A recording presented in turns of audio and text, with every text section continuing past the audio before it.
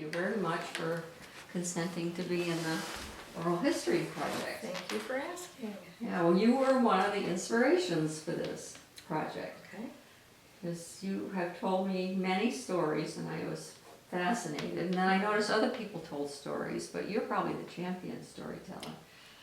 And so I thought, I think there are a lot of stories here that people want to tell, and I think that we'll learn an awful lot about, you know, why people go to church, what does a thriving church community look like? No, it was mostly that I wanted to talk a little bit about how to get new people engaged in the church. And, Because while I was in treatment, he called out to me one day in the hallways and said something to me, and my response was to give him a finger. He loved that. And he loved that. Yes, why not? That's right. Since I gotta find out what this guy does at church. So he shows up and leaves his family eventually. In fact, 2 of the counselors at St. Mary's became members of this parish. You know? That's great. Yeah. Sacred ground everywhere we look. Windows, we have people in the columbarium, we have memorials all over the place, so it always has been and still is a very special place for me. And I became an instant part of that history. Right. Been here ever since. Wow. Haven't regretted a day of it. No, neither have I. Time we joined St. John's, my mother passed away, and I remember sharing that with people, and it was, you know, it was a very comforting situation here, and Mary Ann was very generous and comforting. You know, she showed up at the hospice without being asked, without even Wow. knowing my mother. You know, Wow. more for Carol and me than for everybody else, Wow.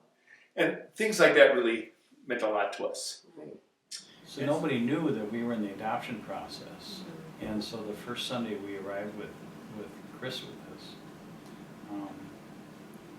at the piece. Todd came all the way. We were of course sitting in the back row Of course. because that's what newcomers do. Yeah. And Todd came all the way back and he said, "Come to the front." And there's a blessing of an adopted child in the Book of Common Prayer. Mm-hmm. And so he blessed the child that day. Wow. It's fabulous. Is this church of yours, Todd, a safe place for me to be? Because I'm extremely progressive and I'm well grounded in theology. I'm not by any stretch a fundamentalist or conservative in anything.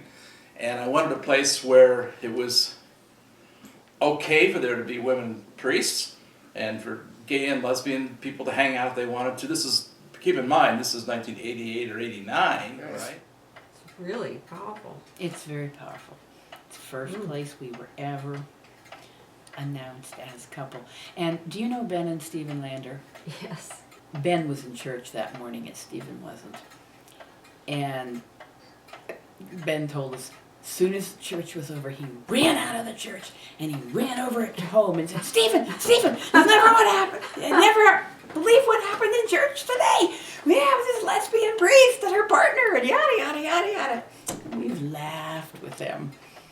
And you know, and it turned out to be a great place for the boys. And Diane Erdman was the head of it. You know, they would go on Sunday because they wanted to be with their group. Wow. Which, you know, I never wanted to go. I don't know about you, but I never wanted to go to church when I was that age. It was like, really? I'd rather sleep in. But they would go because of that group. So many of those kids come back on Christmas Eve. We were just packed with those kids. Mm-hmm. You know, after you've watched them grow up from toddlers. I've just never felt more comfortable anyplace else. And having been there for as long as I have now, even when there's people there that don't know who I am or I have no history with, I'm very comfortable. That's my home. When I pick up on my Sundays and just even pick up from the folks that are a part of our community and think about, okay, well, you've got this difficult person to deal with. How can you manage that and be compassionate for what that person might be going through? Whether you're Susan Tappan, you know, working on the north side, and that consistent faithfulness that she has done, or John Corlett and the building, or Don and Joni and the shelter meals, or I can go on and on and on. But one of the major places that we get fed is here at St. John's. Get fed and then we can go out, you mean? Exactly. But it was the first community to which I'd ever belonged that accepted me and my gifts just as I was. The ability of the community to relate to each other, and I think that's one of the outstanding things about St. John's, is that the people who go there, they've created a community that's welcoming and interesting. The fact that because I have been a lifelong member of a single parish, that I feel like there's a huge wealth in that's been a very, very important part of who I am and how I am. So let me ask you another question. Yeah. What keeps you at St. John's? You know, it feeds my soul, I guess. Yeah.